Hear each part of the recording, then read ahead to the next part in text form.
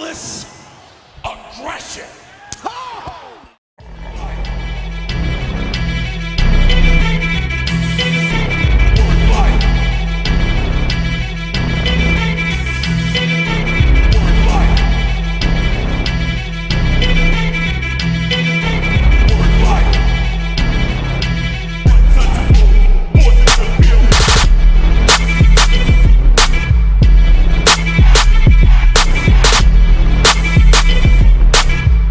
Salut les catcheurs et les catchis et bienvenue dans ce nouvel épisode de la Ruthless Aggression, plus connue en tant que la meilleure ère de l'histoire du catch. Et comme d'habitude, je suis accompagné de Pépé Foot. Comment ça va Pépé? Ça va très bien. Bonjour, bonjour à tous. Merci à toi de m'accueillir encore une fois de plus sur ta chaîne. On se retrouve, comme tu l'as dit, pour un nouvel épisode de la Oh, nah. Toujours chaud comme d'habitude. Voilà, c'est ça. Donc là, comme d'habitude, c'est le podcast mensuel. Et justement, on est au mois d'octobre, et plus précisément le 20 octobre 2002, du coup, et le 20 octobre 2025 plutôt, pour le pay-per-view du 20 octobre 2002, c'est-à-dire No Mercy. No Mercy qui est connu pour le fameux Hell in a Cell. Du Le coup, LNSL, le main event entre Brock Lesnar et l'Undertaker. Très connu ce match d'ailleurs, normalement. Si vous ne l'avez pas vu, allez le voir. Après, vous venez voir le podcast. voilà, c'est ça, commencer par là d'abord. Du coup, ben, sans plus tarder, on va commencer, hein. On commence d'abord par une vue sur l'Undertaker qui est en train de regarder son plâtre, vu que pendant la rivalité contre Brock Lesnar, Lesnar lui a cassé le bras, justement. Mais en fait, ce que je trouve bizarre, c'est que l'Undertaker, il a le plâtre taché. Il n'a pas eu le temps de le changer avant le pay-per-view, ou c'est comment, là? Ah, Parce je que crois qu'il n'a pas eu le temps. parce qu'il a tapé Brock Lesnar à 100, je crois que c'est les taches de sang qui est encore sur le plâtre, mais vieux père, fallait quand même changer le plâtre, je sais pas moi. Mais bon, tu t'inquiètes pas pour l'état du plâtre, mais bon, on verra ça plus tard. Du coup, ben, on va commencer avec l'opener. On a l'habitude, hein, l'opener qui commence avec Booker T et Goldust. Ouais. Depuis qu'on fait les pay-per-view, wow, on a tellement l'habitude de voir Booker T maintenant ouvrir les shows, c'est fou. Enfin, sauf seulement ça. Ouais. Il est souvent en ouverture pour un peu chauffer la foule, vu Ouais, ouais. son niveau de popularité à l'époque. Ça m'étonne pas. Ah oui, clairement. Et d'ailleurs, ils vont affronter. Attends, juste avant. Tu te rappelles tu vois, les gens qui détestent l'Amérique, là, dont on a parlé le mois dernier? Les Un américaines, ils sont passés où, là, entre deux, là? Ben, écoute, c'est la dernière fois qu'on parlera d'eux parce que, ben, c'est fini, quoi. Ils ont été dissous. Voilà, c'est ça. Pas- Bon, Puisque, RIP les Un américaines, c'était laborieux au début. À la fin, ça a commencé un peu à prendre dans mon cœur. Et puis, ça s'est fini assez rapidement. Mais finalement, c'était pas si nul que ça. ouais, c'est dommage, hein, ça n'a pas duré longtemps, hein. En plus, leur règne, ils étaient champions par équipe quand on les reviewait. Mais bon, ils ont dû perdre quelque part à Raw contre Hurricane. Ah, Hurricane, pour être plus précis. Harry Kane, d'ailleurs, je regardais, bon, j'ai pas vu le match, mais je regardais un petit peu la carte du show et qui, lui, a eu un match en pré-show, dans ce show. Ah ouais. Ouais, il a eu un match en pré-show qu'il gagne. Voilà, Hmm. c'est tout. Voilà, petite info inutile, voilà. Et justement, Hurricane, ils ont perdu contre Chris Jericho et Christian, du coup, qui défendent les ceintures. D'ailleurs, un Américain, bon, je disais au début, les Canadiens qui détestent l'Amérique, mais c'est pas qu'une blague, hein, de base, ça devait être ça, hein, juste un clan de Canadiens. Et Jericho devait être dedans, d'ailleurs. Ah, Hmm. il était pas... Bah, Oui, j'ai vu ça pourquoi, quelque part. Ouais. Ah, ok, bon, c'est une info intéressante. Bon, finalement, il a bien fait de pète dedans et je pense qu'il en avait pas besoin, lui. Ah oui, clairement. Bon, mais ça aurait rajouté du star power au groupe, hein, mais bon. Passons. Christo et Jericho sont les champions. Et l'opener, ben, non, c'était un bon match, hein, comme d'habitude, bon match pour mettre dans le bain. On attend juste le hot tag avec Booker T. Ça catch bien de tous les côtés, voilà. Et à la fin du match, la corde se pète. Là, c'est vrai que j'avais pas compris. C'était assez surprenant pour le coup. Ouais. Et tu as l'équipe des Heels, bon, ils trichent pour gagner, pas étonnant. Et Jericho, bon, il a su faire preuve d'une bonne capacité d'improvisation, puisqu'à la fin, il se met, comment dire ça, il se met sur la troisième corde, au lieu de faire un Lion Saut, il fait un simple moonsault depuis la troisième corde pour gagner le match et conserver les titres. Un match intéressant, dynamique, dans lequel on revoit encore Booker T et Goldust très, très populaires. Bon, Chris Jericho et Christian, voilà, qui utilisent quand même un petit peu toujours des tactiques de heal pour tricher. Et j'étais aussi très choqué de comment la corde a pété. J'ai eu peur pour Jericho. Bon, Ah ça se oui, voit clairement que c'était pas prévu, hein, parce que ça se fait sur un moonsault, c'est hyper dangereux. Il aurait pu se péter la jambe ou un truc comme ça. c'est Mais, ça. euh, mais il improvise bien à la fin, moonsault et victoire. Bon match, très dynamique, comme souvent dans les matchs de Booker T et Goldust, des matchs qui chauffent bien la foule, qui ouvrent bien le show. Voilà, c'est ça. Du coup, quelle note tu donnes à ce match? Je lui mets un 7 sur 10. C'est un match sympa, agréable à regarder, pas trop long. Il est plutôt court, mais très dynamique. Et ouais, un bon match, 7 sur 10. Ouais, je mettrai la même note du coup en guise de moyenne. 7/10 aussi. On se retrouve dans les backstage avec Funaki, le SmackDown number one intervieweur. Du coup, il interview le père de Tori Wilson, Monsieur Al Wilson. Du coup, les questions sont les suivantes. Première question. On va d'abord voir les images de ce qui s'est passé il y a 3 semaines, hein. Du coup, il y a, comment dire ça, il y a une histoire entre Tori Wilson et Dawn Marie, où Dawn Marie essaye de draguer son père. Et du coup, Dawn Marie, elle était, voilà, peignoir, jolie peignoir face à Monsieur Wilson, hein. Et du coup, elle lui montre un peu, c'était juste après un ou avant un concours de maillot de bain, je crois. Du coup, elle lui affiche le maillot de bain. Bon, on ne voit pas le maillot, hein. Je sais pas si Quel c'était dommage. je ne sais pas si c'était le teasing pour le concours qu'il devait avoir lieu après ou si elle n'avait pas de maillot tout court, hein. Elle allait nous faire une Sable dans la fin des années 90 au secours. Du coup, première question, Monsieur Wilson. Quelles ont été vos impressions suite au dévoilage du maillot de bain?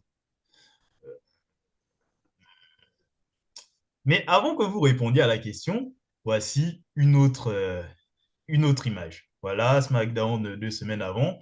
Et cette fois, c'était avant un concours de lingerie ou un lingerie pillow fight, j'en sais rien, je m'en tape, hein, franchement.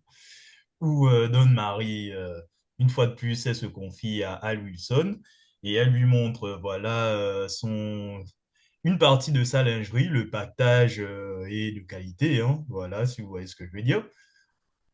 Du coup, deuxième question. Quelles ont été vos impressions face à la vue de cette magnifique lingerie?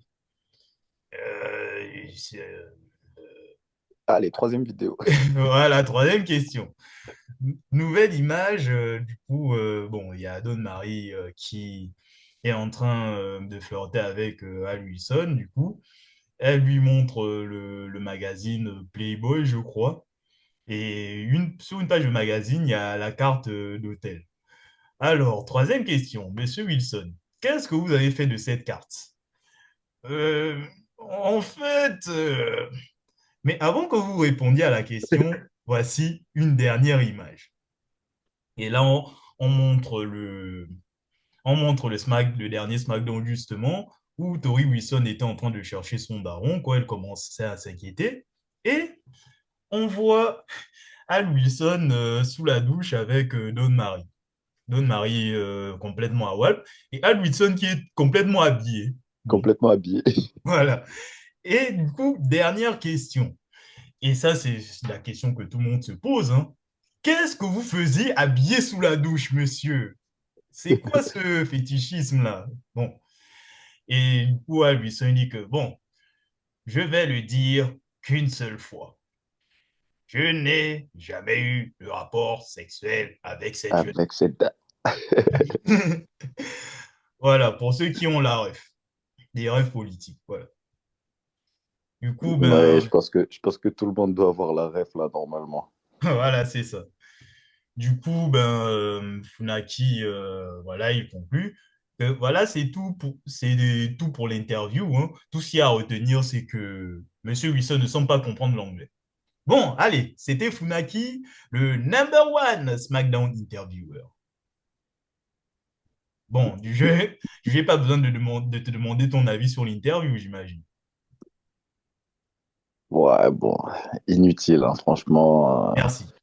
Ouais, inutile. On va pas perdre du temps là-dessus, même si, bon, c'est vrai que on aurait quand même, bon, le concours de maillot de bain, on a peut-être raté quelque chose. Mais bon, je dis ça, je dis Bon, rien. passons, passons. Du coup, on enchaîne avec Tori Wilson qui vient prendre sa revanche sur Dawn Marie. J'en avais rien à foutre du match, 5,5 sur 10. Et toi? Bah, match court, je crois qu'il fait moins de 5 minutes le match, quelque chose comme ça, hein. Ouais, C'est un match juste un peu pour le divertissement. Moi aussi, j'en avais rien à cirer, honnêtement. Mais il était pas mauvais, il était quand même ouais, c'était pas mauvais, plutôt hein. bien. Ouais, je lui mets pareil, 5,5. Hmm. Ça, il s'en sort, elles s'en sortent plutôt bien dans le ring, mais vu qu'on s'en fout, pas d'intérêt. Cinq et Voilà, demi. c'est ça. Ah oui, en tout cas, j'étais assez surpris par la brutalité du match, hein. Vraiment, Ouais, non. tu vois, seulement les chocs et les chutes qu'elle se prenait, waouh, quand même. Ouais, et puis pendant le match, il y a quand même, on a quand même Don Marie qui fait de l'œil quand même toujours à Al Wilson, hein. Ouais, ouais. Pendant le match, elle lui fait un petit peu de l'œil, mais bon, on s'en fout un petit peu, voilà, c'est Ouais, clair. ouais, on s'en fout. Du coup, on va passer à un truc sur lequel on a un peu plus à foutre, hein. L'interview par le coach pour Rob Van Dam, hein. Rob Van Dam qui doit prendre sa revanche sur Ric Flair qui lui a coûté le match de championnat poids lourd. Et on lui demande quelles sont ses impressions avant le match. Non, Rob Van Dam, il confirme que Ric Flair, c'est une légende.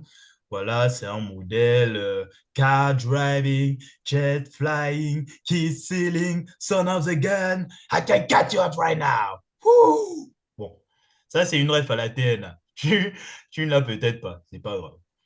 Du coup, Rob Van Dam, Non, non, non. je vais t'envoyer un lien. C'est un truc sur YouTube là, que tu peux voir Jay Lethal, Ric Flair promo. C'est très drôle. Mais sinon, pour revenir à la promo, Rob Van Dam dit que bon, lui, il n'est pas non plus un modèle, il n'est pas 16 fois champion du monde comme Ric Flair. De toute manière, c'est pas son but. Lui, ce qu'il est, c'est chair smashing, whoo, frog splashing, whoo, fist taking, whoo, yelling, whoo. Et il se fout bien de la gueule de Ric Flair. Il dit aussi Van Den Deming, whoo, que lui, il n'a pas besoin d'être quelqu'un d'autre quand il peut être Rob Van Dam. Allez, fin de la promo. Du coup, le coach, il enchaîne directement avec Brock Lesnar et Paul Heyman qui passent par là avec une meuf. Au début, je me suis dit que, attends, c'est la meuf à Lesnar, c'est qui ça? Attends. Et du coup, il voulait poser des questions sur le main event. Lesnar et Heyman s'en vont. Et la meuf en question, elle s'appelle Tracy. Donc, Coachman, là, dans sa route, il dit que, bon, Tracy, par rapport à vos accusations sur l'Undertaker, qu'est-ce que vous avez à dire? Pépé, pour être honnête, j'avais très peur. J'avais très peur de l'accusation en question. Là, Et c'était en mode que vraiment WWE, il n'avait peur de rien à l'époque, hein. Ouais. Mais bon, heureusement, c'est pas ça. Tracy, elle dit juste elle n'a fait que dire la vérité. L'Undertaker, c'est juste un menteur, un trompeur, et qu'elle a hâte de le voir se faire massacrer dans le Hell in a Cell. En gros, pour dire que l'Undertaker l'a trompé pour sa femme de l'époque. Voilà. Je ne sais même pas ce que ça vient foutre dans l'histoire parce que on a même vu la promo vidéo avant le main event. Il y a même pas sa femme qui est active dans l'histoire, donc je sais pas l'utilité. Bon. Elle avait plus d'utilité avant Forgiven, je crois, que à No Mercy. Mais bon, passons. On a le match du coup entre Rob Van Dam et Ric Flair, sans d'âge, hein, voilà, il s'amène. Et je me suis fait une réflexion. Je sais pas si tu la partages. En vrai, Ric Dis-moi. Flair, ça fait du bien de le voir se faire botter le cul, hein. Ah oui, vraiment, on Ah a non, envie de le c'est... voir se faire casser la gueule, hein. Bon, même si dans le match, il se démerde quand même, hein, il utilise ses stratégies habituelles, pied sur les cordes, triche, coup bas, coup derrière l'arbitre, coup derrière le dos de l'arbitre, des trucs comme ça. Voilà, il a ses petits moments de domination, Hmm. même si à la fin, évidemment, oui, il se fait botter par Rob Van Dam, et encore heureux. Ouais, ouais, surtout que bon, au début du match, il y a eu l'attaque d'avant-match où Rob Van Dam tabasse Ric Flair, ça fait du bien. Certes, bon, il est vieux, mais vraiment, Ric Flair, le heel, être heel, c'est vraiment le rôle qui lui va le mieux, hein. Vraiment, on a Ouais, c'est vraiment envie clair. de le voir se faire tabasser. Même si c'est un vieux centenaire. Bon. Après, je dis vieux, toute sa carrière, il est vieux aussi. On n'a jamais vu un moment où il paraît jeune, quoi. Lui aussi, dans les années Non, 80, c'est quel mode de vie qu'il a eu pour être dans cet état-là? Oh. je sais pas ce qu'il a pris, mais ça devait être vraiment hard. Il avait déjà l'air d'avoir 50 ans dans les années 80. C'est pas normal, voire plus. Bref. Du coup, 6,5 pour ce match. Un match qui mange pas de pain. Ouais, ouais, note plutôt juste. J'aurais mis 6 parce que, ouais, non, j'aurais mis 6 pour les mêmes raisons. Match plutôt intéressant. Bon, il y a une vraie opposition de style du coup, hein, avec Rob Van Dam, vitesse, les kicks, et puis bah, Ric Flair qui utilise la ruse et la triche. Mais le match est quand même sympa à regarder. Il n'est pas dégueu, mais il n'est pas non plus incroyable. Donc j'aurais plutôt mis 6. Ouais. Ouais. Donc, du coup, je vais mettre en moyenne un 6,5 sur 10. On revient Let's en go. back, on revient en backstage. Du coup, le Big Show, il discute avec Stephanie McMahon pour indiquer sa frustration d'être mis de côté et de ne pas être sur la carte d'un pay-per-view. Et Stéphanie lui dit il demande à Stéphanie de faire quelque chose. Et Stéphanie dit que, écoute, j'aurais bien aimé, mais c'est pas mon taf, en fait. Tu es à Raw, donc il faut voir ça avec ton général manager Rick Bischoff.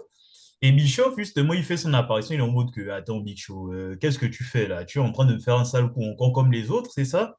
Parce que, bon, on est encore dans la guerre entre les GM, Stéphanie, Bischoff, voilà. Il n'y a pas un Mhm. pay-per-view où on se passe d'eux. Et puis, c'est remerciable. Et Big Show, il est en train d'indiquer qu'il en a marre de se faire manquer de respect, que le mec, il a quand même été ancien champion de la WWE. Il n'a pas à ne pas figurer sur la carte d'un pay-per-view, il en a marre d'être mis de côté. Et Bischoff lui fait gentiment comprendre que c'est pas toi qui décides, en fait. Que je suis le GM de Raw, tu vas partir au ressort de Raw, tu représentes Raw. Et tu me représentes surtout. Donc, c'est moi qui prends les décisions ici. Et si t'es pas content, c'est pas mon problème. Et tu n'as plus intérêt à parler avec la GM de SmackDown. Tu vois, seulement le Big Show qui le prend par le callback et qui est en mode que bon, t'as intérêt à faire quelque chose tout de suite. Sinon, ça risque de mal se passer pour toi. Je fais quand même 2,10 m pour plus de 200 kilos. Donc, t'imagines ce qui va t'arriver. Voilà. Il se Alors, chie dessus, hein. Il se chie dessus, Bischoff. Quand je aïe. regarde sa tête, il est au bout de sa vie. Hmm. Alors, qu'est-ce que tu imagines maintenant pour l'avenir du Big Show dans les prochaines semaines suite à ce coup de pression? Franchement, je sais pas du tout. Est-ce qu'il va avoir un petit push? Franchement, je sais pas. Bon, en fait, tu connais la carrière du Big Show dans sa globalité, c'est-à-dire l'instabilité. Donc, C'est ça. j'imagine qu'il va avoir deux, trois matchs et puis rien d'intéressant comme d'hab. Hmm. Ouais, c'est tout à fait ça. Du coup, de toute manière, l'avenir du Big Show, on en parlera le mois prochain, hein. C'est assez spécial, je vais te dire, je te tease, je te tease. Ok, Bon, ok. bon, on nous montre du coup un package pour nous montrer l'histoire du titre intercontinental qui va mourir devant nos yeux, hein, clairement, voilà. Et du coup, il y aura une réunification avec le titre poids lourd. Pourquoi? Voilà. Et du coup, c'est... En tout cas, tout ce qu'on sait, c'est que c'est la fin. La fin arrive. Mais avant d'assister à cette fin, devant nos yeux impuissants, hein, on a le match pour le championnat Cruiserweight. On a Tajiri qui va affronter Jamie Noble pour la ceinture. Ton beauf préféré. C'est ça. Et on montre, justement, c'est quand même dommage qu'on ait raté ça, mais à un SmackDown, on a eu un match justement entre les beaufs qui se battaient entre eux avec Tajiri en arbitre spécial. Tu aurais aimé Ah, voir ça. d'accord. Et Mais c'était bon, un match entre qui et qui? ben, Jamie Noble et sa meuf. Ah, les deux. Les Euh, deux s'affronter. Ça devait être marrant. Franchement, on a raté ça. Ah, ah oui, dommage. clairement, hein. Mais bon, Jamie Noble a gagné le match et derrière, les beaufs ont attaqué Tajiri. Du coup, match de championnat. Là, Jamie, c'est vraiment du grand catch, hein, mine de rien, entre les deux. Tajiri, bon, on le retient par rapport au fait que ça soit un japonais, goofy, voilà, qui crache du mist. Mais sinon, c'est très solide dans le cadre. Jamie Noble, c'est tout aussi solide, hein. Mhm. Là, en fait, on parle de division Cruiserweight, mais j'avais l'impression que c'était un gros match de championnat pour le titre intercontinental, quoi. Vraiment ça. Ouais, bon. Ouais, bon, le match était bon, mais moi, je m'en fous toujours en vrai, hein. Oh, je m'en fous toujours en vrai. Jimmy Noble, tu connais, je suis pas fan. Pas fan, pas du catcheur, mais vas-y, ce personnage de beauf, il m'insupporte.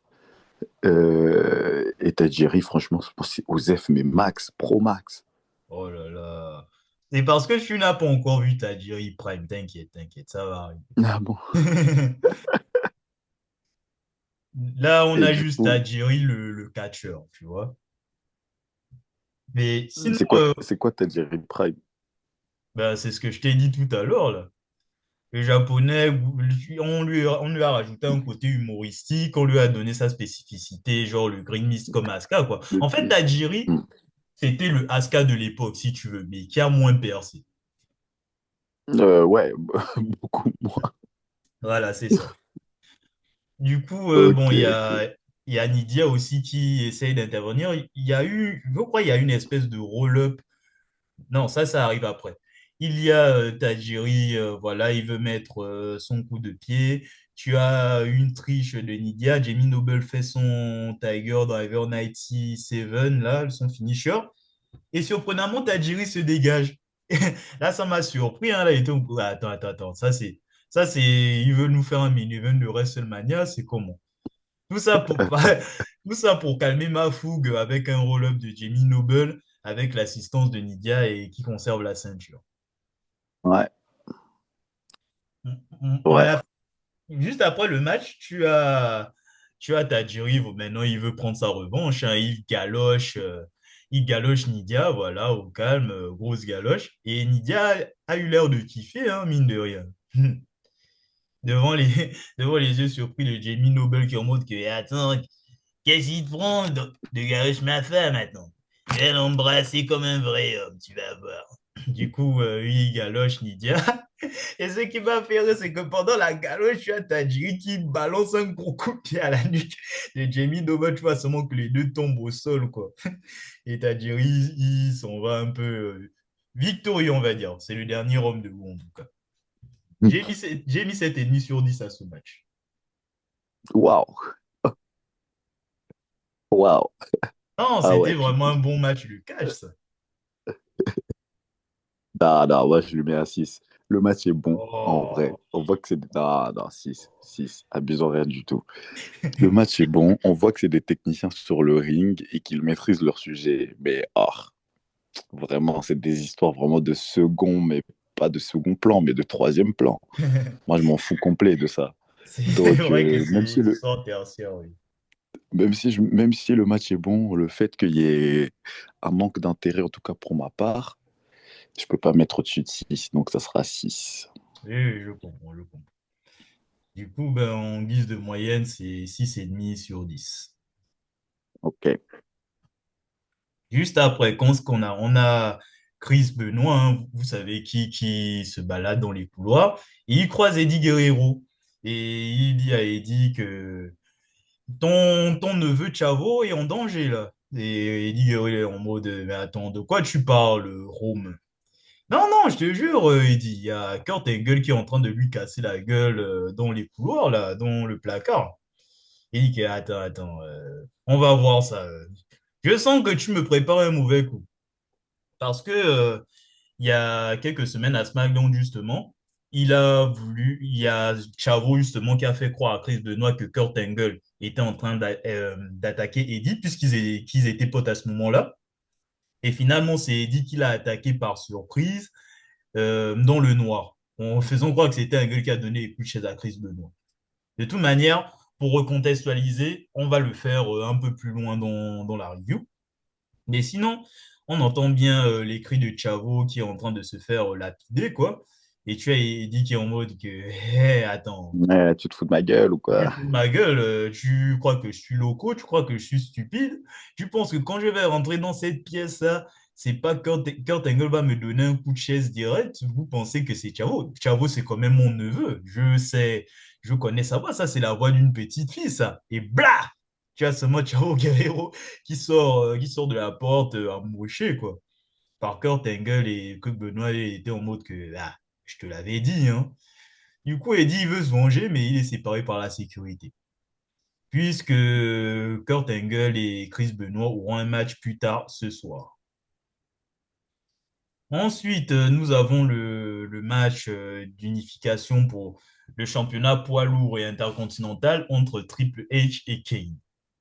Surtout que l'affaire, ça sort vraiment, c'est une histoire vraiment sortie du cul, quoi. Faut dire les termes. Parce que là, tu as une histoire que, ouais, Triple H est en mode que, ouais, Kane, tu es un monstre, machin, machin. Tu te rappelles de KTV, que machin. Une histoire qu'on a tous oubliée, mais heureusement que c'est une histoire dont plus personne ne parle, hein, parce que c'était vraiment de la chiasse mûre, hein. En gros, Katie Vick, c'est genre la meuf de l'époque de Kane, il y a 10 ans, qui est morte suite à un accident. Maintenant, on dit que Kane, voilà, t'es un monstre, on ne peut pas te changer, tu restes un monstre, machin, machin. Et dans ce truc, c'était même inutile, quoi. Tu as le H qui va, comment dire ça, à l'obsèque de Katie Vick, déguisé en Kane, et pour ne pas, pour ne pas dire un propos interdit sur YouTube, ben, il simule un peu l'acte sexuel sur le cadavre de la défunte, quoi. Waouh. Est-ce que je dois en dire plus? Non. Ok. En tout cas, cette histoire, c'est de la merde. C'est tout ce qu'il y a à retenir. Un peu comme le match. Franchement, s'il n'y avait pas l'overbooking en fin de match, je t'avoue que j'aurais mis une note plus basse que le match des Divas. Sache-le déjà. Parce que c'est fou à quel point on s'emmerde devant, quoi. Ouais, le match est lent. Il est lent. Beaucoup d'interventions quand même de Ric Flair. Ok, mais le match est lent. Après, c'est deux styles de catch aussi. Triple H, bon, tu connais. Si tu lui mets pas un technicien en face, un mec super bon, ces matchs, surtout à l'époque, c'est des matchs lents. Bah, Kane, pareil. Bah oui. Chiant. Ah, 5,5 pour moi. Non, mais franchement, j'ai failli dormir et franchement, c'est l'overbooking qui sauve le match, hein, en soi. Avec l'intervention de Ric Flair, l'intervention de Hurricane, ça, je l'attendais pas, hein. Donc, ouais, hein. Et franchement, je mettrais 5,5 aussi à ce match. Et en tout cas, il y avait un peu de suspense vers la fin, mais à la fin, c'est le H qui remporte, qui conserve son titre et qui remporte le titre intercontinental, dont on ne verra pas la couleur après le match. Donc, dernier mot là sur ce titre-là. Ouais, je crois que le titre disparaît, je crois, jusqu'au moins 2003, hein. Ouais. Du coup, j'en profite pour faire un petit récapitulatif depuis le début de la roussesse agression. Voulez-vous? Du coup, Let's go. Rob Van Dam, un mois à peu près, au moment où on a commencé la série. Chris Benoit, 27 jours. Rob Van Dam, 22 jours. Chris Jericho, 14 jours. Kane, 20 jours. Triple H, 0 jours. Voilà l'historique du titre intercontinental depuis le début de notre série. C'est pas beau ça? Terrible. Ah là là, vraiment. Parce que Bischoff a dit que ouais, il ne doit y avoir qu'un seul titre mondial à Raw. Par pitié, quoi. Vivement l'année 2003 hein, pour ressusciter les titres mid-card, parce que sinon là, c'est dur, hein. Et tu C'est vois vraiment terrible. l'utilité de la chose. Rob Van Dam qui unifie les ceintures, comme j'ai dit à l'épisode précédent. Et tu vois la gueule des règnes ont duré, bref. En tout cas, RIP le titre intercontinental. On te regrettera. Et WWE semble avoir regretté aussi. Mais bon, passons. On arrive au bureau de Stéphanie McMahon, hein, femme d'affaires, vraiment la meilleure générale manageuse de ce début de Roussès Agression, hein. Et elle a convoqué la fameuse Tracy au bureau et elle veut discuter avec elle de ses traumatismes liés à son rapport avec l'Undertaker, voir comment elle va, avoir une discussion honnête de femme à femme, tu vois. Genre, tu vois, Tracy, c'est vrai que c'est dur, ta relation avec l'Undertaker, etc. Euh, Tu peux tout me confier hein, de femme à femme, voilà, tu peux dire la vérité, etc. Du coup, il y a Tracy qui dit que, ok, d'accord, du coup, ben, comme c'est entre nous, en fait, j'ai menti. Ça fait des années que j'ai pas revu l'Undertaker, voilà. Et pour les man, je ne sais pas comment il a fait pour savoir qu'on était en couple, mais il m'a rappelé pour mentir et faire croire qu'on avait une liaison, histoire de créer un problème entre lui et sa femme. Tracy, t'es sûr de ce que tu dis là? Donc tout ça là, c'était un mensonge, c'était juste pour perturber l'Undertaker. Oui, c'était pour perturber l'Undertaker, c'était un service pour Brock Lesnar, etc., etc. Ok, d'accord, je prends note, je prends note. Taker, c'est bon pour toi? T'as tout entendu? Les infos te suffisent? Et l'Undertaker, il sort de nulle part, il est en mode que ouais, ouais, j'ai très bien compris. Donc tu vois clairement que c'est pas moi qui ai menti, c'est elle. Et du coup, ma femme sait que c'est maintenant au Mondiovision que je suis innocent. Quant à toi, Tracy, salope, va. Allez, l'Undertaker se bat. Du coup, Pépé Foot, est-ce que cette Tracy, tu as envie d'en voir plus? J'aimerais bien en voir plus, honnêtement. Oh, là, c'était pas une vraie question. Ah. Mais j'imagine pourquoi tu dis ça. Mais bon, passons. Non, non, sans blague à part, inintéressant. Pourquoi ils ont ajouté ça, franchement? Ben, Même comme j'ai dit, si, c'était inutile, hein. ouais, même si, bon, la tricherie en elle-même, c'est, voilà, c'est quand même quelque chose. Mais au final, franchement, inutile, mais vraiment inutile, quoi. Ah oui, clairement, non, mais c'est vraiment Osef Max, hein, c'est juste une apparition random comme ça pour alimenter une rivalité qui n'en avait pas vraiment besoin. Bonsoir. Juste après, on a justement la naissance des titres par équipe de SmackDown, hein, parce que Stephanie McMahon, elle veut quand même faire de SmackDown la branche number one, donc il faut qu'il y ait la plus grande division par équipe du catch. Et d'ailleurs, je suis devant le bracket et les affiches sont plutôt, hein, il y a des équipes assez, il y a des équipes assez, comment dire ça, what the fuck. Je vois par exemple qu'il y avait une équipe en Brock Lesnar et Tajiri. C'est pour te dire. Ah bon? Ouais, cette équipe a existé brièvement, voilà, pour les tournois. Il y avait aussi Devon et Ron Simons. Il y avait aussi John Cena et Billy Kidman qui se sont fait sortir au premier tour. Et il y avait Rikishi et Mark Henry.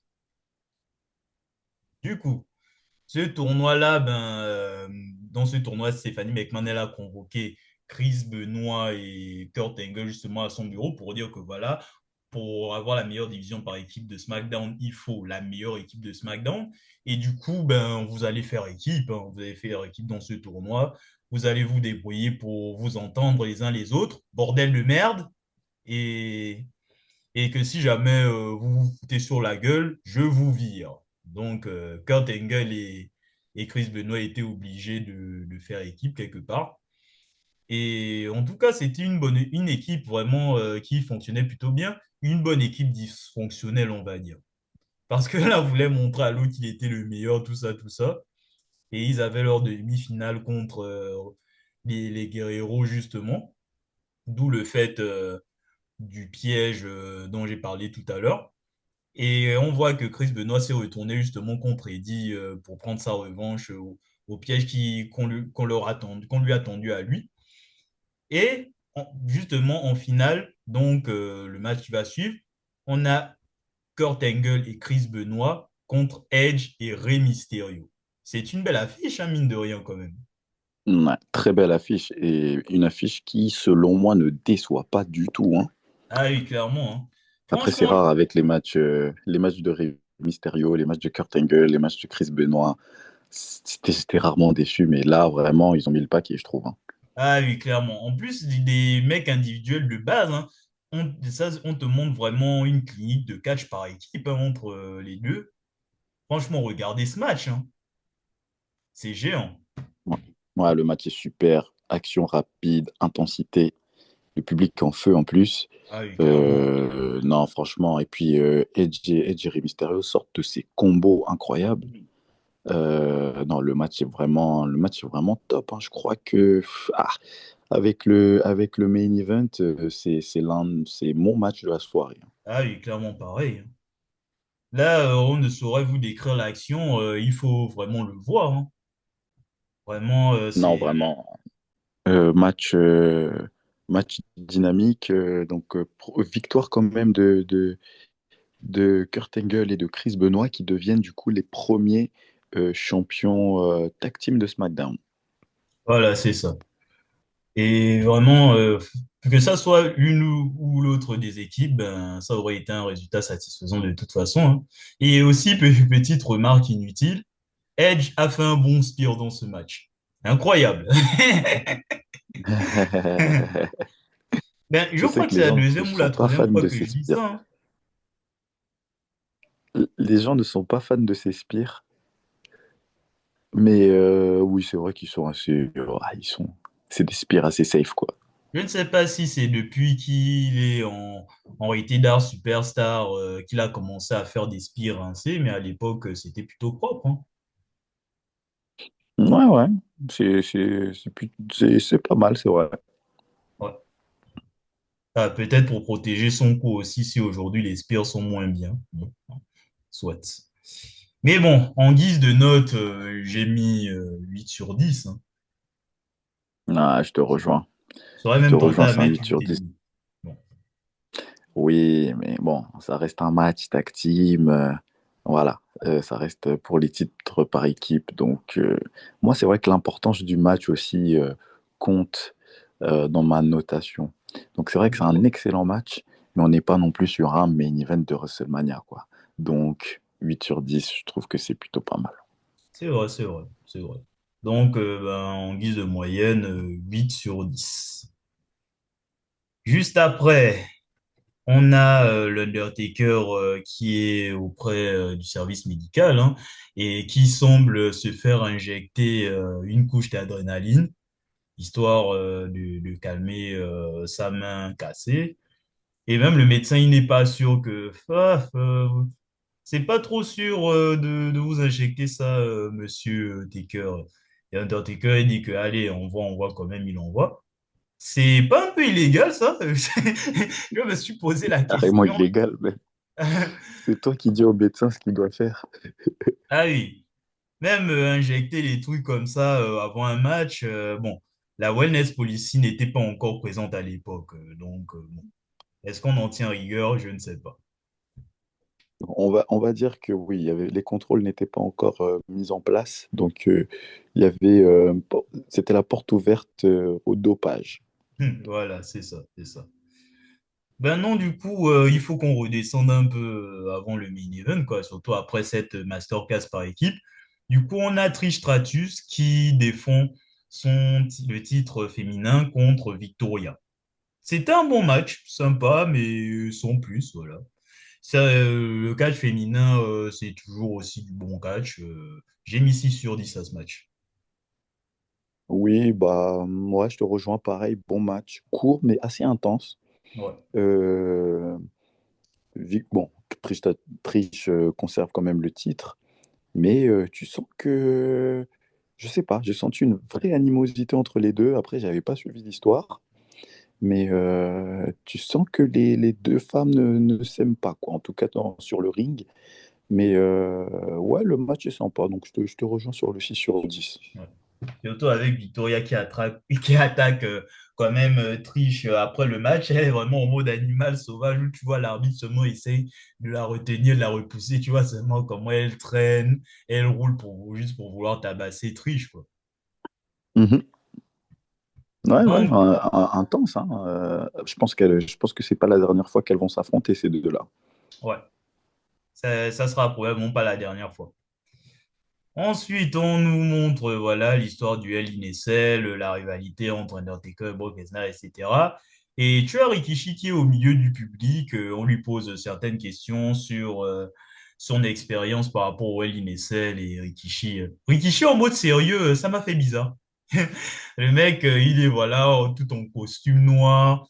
Il n'est pas en slip, avec les t-shirts, avec le cul derrière son dos. Ça fait bizarre quand même de voir ce Rikishi. Ouais, ouais. Là, et Rikishi, du coup, il dit que ouais, le NSL, c'est une expérience assez traumatisante. En 2000, je me suis pris un chokeslam de l'Undertaker depuis le haut de la cage sur un camion rempli de paille. Ça a failli finir ma carrière. Donc, je suis bien placé pour dire que les NSL, c'est assez dangereux et traumatisant.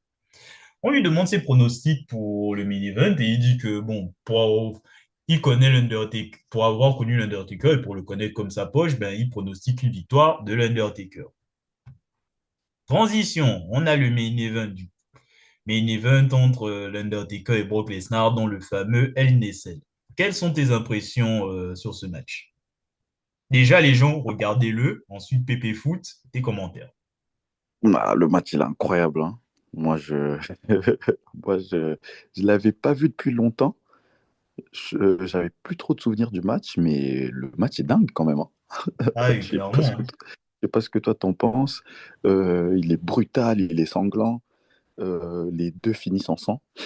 Et Les deux jusqu'à même finissent. pour les saignent à l'extérieur de la cage. Tout Ouais, le monde c'est saigne. incroyable. Là, il manquerait plus que l'arbitre saigne et c'était bon, quoi. Il manquait juste ça. Et puis tout le public aussi se met à saigner. Et puis il y a John Moxley qui arrive du dessous du ring et qui s'ouvre le front aussi. Allez, let's go. Non, le match est vraiment bien. En tout cas, bien brutal. Ils voulaient vraiment montrer, je pense, hein, toute la brutalité qu'on peut retrouver dans un Hell in a Cell. Là, on l'a, quoi. Là, on l'a. Super match. Ah oui, clairement, hein.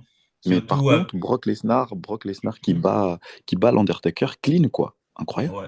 Ah oui, incroyable. Surtout quand tu vois les jeux par rapport au bras de l'Undertaker, le bras plâtré, il se sert un peu comme une arme. Il y a Brock Lesnar aussi qui est un peu dans le doute, mais qui arrive quand même à prendre l'avantage. Et j'ai aussi bien aimé le fait de jouer sur l'environnement, tu vois. L'environnement de la cage pour le match pour ajouter de la brutalité. Là où aujourd'hui, bon, il suffit de sortir des armes. pour dire que, ouais, en fait, c'est un extrême russe dans une cage, quoi. Aujourd'hui, les LNSS, j'ai l'impression. Alors qu'avant, tu voyais Ouais, bien qu'on se ouais, ouais. servait de tout l'environnement. En plus, tu vois que la cage est plus petite, c'est plus compressé, en fait. Même le toit, même au niveau du toit, c'est assez, le C'est toit, un peu moins haut. c'est pas très haut, en fait. Parce que Hmm. quand tu vois Lesnar, il veut faire des offenses, Undertaker qui fait des offenses, il touche bien le plafond de la cage. Bon, après, les mecs, ils font près de 2 mètres, mais ça montre quand même que la cage n'était pas si haute que ça, quoi. Ouais, c'est vraiment compressé. Et ça, c'est plutôt un point intéressant du Hell in a Cell. Là où aujourd'hui, tu vois seulement que tout est espacé, tout est haut, tout est huge, quoi. Et c'est un peu dommage. Ouais. Non, non, ça c'est un vrai Hell in a Cell, vraiment. Comme tu l'as dit, hein, l'environnement, ils s'en servent bien, la cage, ils s'en servent tout le temps. Euh, Il y a un moment où Brock Lesnar il bloque le bras plâtré de l'Undertaker contre la cage et lui le martèle de coups de chaise. Ah oui, Ouah, non, violent, hein. non, le match est dingue. Ouais, En tout ouais, cas, en termes de brutalité, le match est vraiment, vraiment violent. ouais. Surtout à la fin où Brock Lesnar gagne, tu vois seulement Brock Lesnar, il monte sur le toit de la cage, il lève la ceinture, vraiment, c'est assez, une image assez symbolique en fait, pour conclure le Mm. pay-per-view. Très bon Déjà match. là où à SummerSlam, une star est née, là, il confirme juste son statut, quoi. Ouais, ouais, ouais, clairement. Brock Lesnar, là, à ce moment-là, je pense que il n'y a plus aucun doute pour dire c'est qui le loup dans, dans la bergerie, quoi. C'est vraiment lui qu'ils veulent mettre.